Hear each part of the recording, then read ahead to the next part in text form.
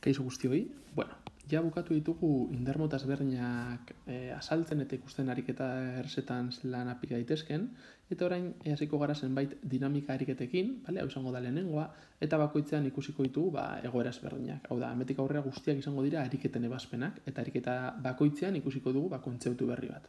Kasu honetan, indarren deskomposizioa goratzen dizuet badagoela bideo bat, erreproduzio lista honetan sartuta dagoena, deitzen dena indarren deskomposizioa, eta honetan azaltzen da onerako indar bat zelan deskomposatu dezakegun, eta izatez, bideo horretan azaldutakoa erabiliko dugu bideo honetan.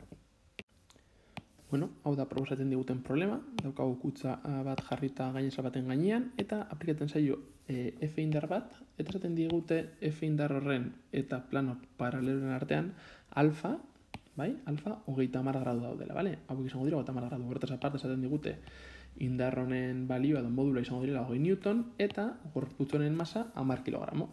Eta eskatzen digute kalkulatzeko alde batetik azelerazioa, eta uste dut horrekin, eta baita ere, normala zenbateko izango dena. Ez da joratzen duzuen, baina normala saltzerakoan, agertzen zen leku batean, eta komentatzen duzuen kontuz, ze azkenean beti pentsatuko zue, n izango dela peren berdina, baina beti ez da horrela izan behar. Hau da, problema bat, zeinetan ikusiko zuen ez dela berdina izango. Baina duko gara horretara, lasai. Bale, hasi ninteke orain gauzak azaltzen, zuek pentsate, baina nahiago dut urratzez joan zuek ikusteko gure mekanika, gure metodoa, bost pausu horiek balio dutela aurre pentsamendu gehiago erabili gabe. Dena den problemak ebazterakoan pentsatu mesedez, Bale, gu daukagu problema hau, joango gara gure lehenengo pausorekin. Eta honako hau da. Eta esaten digute, indarrak egoteko baldintzak eta indarren irudikapena.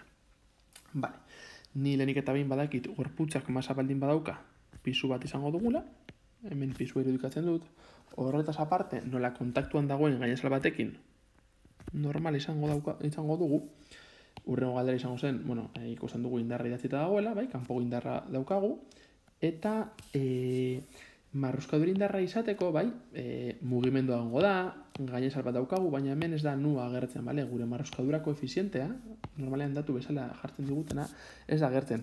Eta batzuetan baita ere pista bat jakiteko marruskadurarik dagoen edo ez da, hau eskatzen bat dizuete, esaten bat dizuete galdera bezala kalkulatu marruskadura koefizientea. Horrek esan nahi du badagoela marruskadura.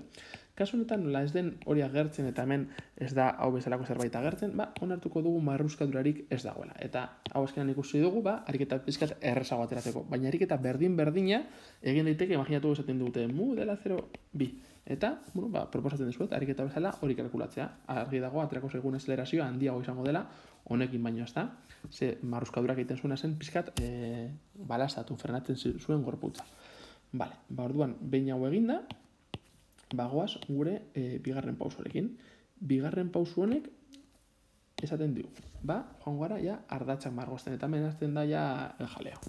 Esaten digute. Imaginatu sistema nola mugituko den. Bale, gauzarik errezena. Zuek irudikatu egore hau. Zuek daukazue kutsa bat, eta kutsa hori mugitzeko tirak egiten duzue indar honekin. Bale, baina indarra justu horrelako ez baldin bada, baizik eta horrela, gorputza baita ere norabide horretan ingo du. Galdera izan ziteken, eta ez da gora joango, baten batek esan dezake, baina gorputza ez da gora joango. Bueno, zuek pentsatu indar honek, 20 newton hauek, bananduko direla alde batetik horizontalen eta vertikalean. Indar vertikal pizkatxo bat ingo da, pisua, 10 kilogramo izan da, kalkulatu izango dela 98 egingo zutamen irudikapen bat. Zuek pentsatu daukagula egoera hau, zinetan daukagu gorputza hau, gure pisuarekin direla 98 kilogramo, eta indar hau horrela egon beharrean, zuzenean horrela egon indarra horrela jarrita dagoela. Imaginatu, indar hori 20 newton izan da. Kasu horretan, 98 baino txikiago direnez ez ginen kapasak izango kutsa altzatzeko. Horrela ez baldin bagara kapasak imaginatu horrela. Hori da, lehenengo apreziazioa zue jakiteko kutsa ez duela gora egingo.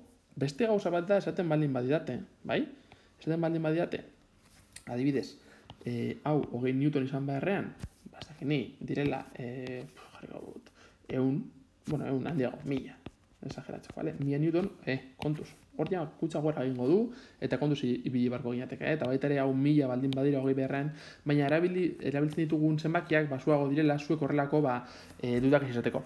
Nik uste dut, hasieran dinamikan hasten zaretenean, horrelako arazoak ez direla egongo, zinetan kutsa gora joango den, baina kontuz, dinamika azkenean problemak ebasteko modua berdina jarraitzen du izaten, baina gero, imaginatu, derrepente hemen 500 newton agertzen da. Ez egingo du, kutsa gora, eskumara, gora eta eskumara, horrelako galderak egin barko dituzue, baina horiek etorriko dira. Orain ez da, momentua horretan sartzeko. Orain ikusi nahi duguna da, indarren deskomposizioa. Beraz, esan duguna da, gorputza mugituko dela, horrela. Eta, horatzen bali mauzu, esan genuen ardatzak erabaki behar ditugula, ardatz baten gainean azelerazioa goteko, eta beste izan behar da, bere perpendikularra hartuko ditugu betikoak. Isa eta I. Bai? Beraz, isa eta I ardatzak aukeratu eta marraztu. Ardatz bat azelerazioa norabida. Baina, bigarren puntu hau bete dugu. Eta beti egoten da, puntu bat saltatzen duguna, bai, saltatzen dugulako ez dela gertu behar, baina justo problema hau proposatu dago hau lantzeko. Badaukagu, bideo bat, zeinetan saltzen dugun, ikusten duzue, normala, vertikalean dago, ezta? Pisua vertikalean dago, baina F ez dago, ez vertikalean, ez horizontalean dago, justo erdian. Orduan, guk idazten dugunean isa ardatzeko ekuazioa eta I ardatzeko ekuazioa, F ondoa, hemen edo hemen. Bai? Hor arazoak izango genituzke. Eta zuek konturatzeko hemen egotearen arazoa. Ikusten duzue bideoa, klikatzen duzue, ez dakite hemen agertuko den zerbait, edo behiatu barko duzuen zerrendan, eta uste dut, indarren deskomposizioa deitzen dela bideoa, eta hor azalduta dago. Ez dut berriz azalduko, denbora ez galtzeko. Eta hor ikusiko dugu zelan indar hori, ordezkatzen dugun, indar batekin horrelakoa, eta beste indar batekin horrelakoa.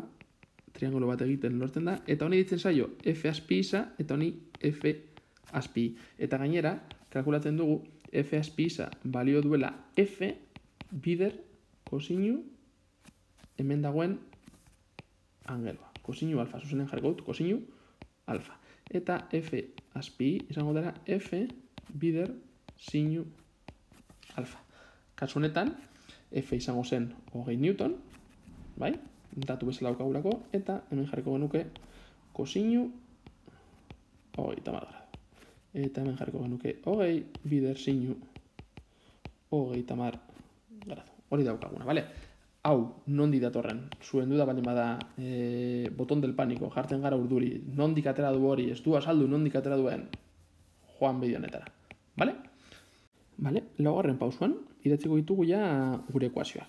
Isa honetan daukagun bakarra da F aspi isa, beraz idatziko dugu. F aspi isa, berdin, badakigu azelerazioa norabide horretan izango dela, ez da? Gorputzaren masa, bider, azelerazioa. Eta vertikalean jada izango dugu positiboan normala, eta baita ere F aspi positiboan dago, beraz, hau baita izango da, plus F aspi. Eta pisua negatiboa. Eta nola ez gora joango, lehen komentatu dugu zergaitik, berdin 0 jarriko dugu. Orduan, emetik. F aspi isa izango zen, F, kalkulatu dugu parkatu, zuzenen jartzen dut. F aspi isa, hemen begiratzen baldin badugu, daukagu dela, 20 bider kosinu 30. 20 bider kosinu 30. Kosinu 30 gradu, kalkulatzen baldin baduzue, kalkulagailuarekin, kosinu 30 gradu izango da, 0,87. Eta hau izango zen, M dela 10 kilogramo bider azelerazioa. Eta bestean gaita zaigu N plus F dela 20 bider. Sinu 30 gradu da 0,5. Hau kalkulagailuarekin begiratzen dute. Minus P izango da bederatzi. Izango da masa dela 10 bider G. Dela bederatzi, 8 berdin 0. Hauek biak landuta, honako hau lortuko genuke. Kalkula egin ditut. Hau, kalkulatzen baldin badugu, 20 bider 0,7 ematen dugu hau, bai? Eta behin hau daukagunean, askatzeko egiten duguna da, hau zatitzen eraman, hemen daukagun bezala, eta ateratzen eguna da, emaitza, zenbateko azelerazioa 1,74 metro zati segundu garratu. Eta bestetik, hemen egin duguna da, 20 bider 0,5 biderkatu dugu, 20 bider 0,5 eta ematen dugu 10 bider 9,8 eta 98, eta egin duana da, bai hauek biak bestaldera eraman, hau negatibo daukanez positibo bihurtzen da, eta hau positibo daukanez negatibo. Bai? Eta kalkula egiterakoan, 88 Newton. Eta hau izango da, normalaren emaitza. Fijatzen baldin mazarete, kasu honetan, normala eta pisua ez dira berdinak. Normala eta pisua ez dira berdinak. Normala 88 Newton da, eta pisua dira 88. Pisua handiago da, zergaitik da hori? Bazkenean, pisua egiten du 88 Newton, eta normalak bakarrik egin behar du, F honek pizkatxo bat egiten du, F honek egin normala, egin behar dutenen berdina, azkenean normala konpensatzen da. Zuek imaginatu daukazuela orain aurrean estutze bat. Eta estutze hori dago mailaren gainean. Orain egiten ez baldin badizu zer egiten, estutze hori eta, irudikatuko dizuet, hau baldin bada estutze hori den pisua eta normala berdinak izango dira. Baina, zuek hasten baldin bazarete indar bat egiten, pisua berdina izaten jarraituko du, masa ez delako aldatu, baina normala gero eta txikiago izango da. Eta helduko da momentu bat, zeinetan normal hori berdin 0 izango da. Eta hau izan da guztia.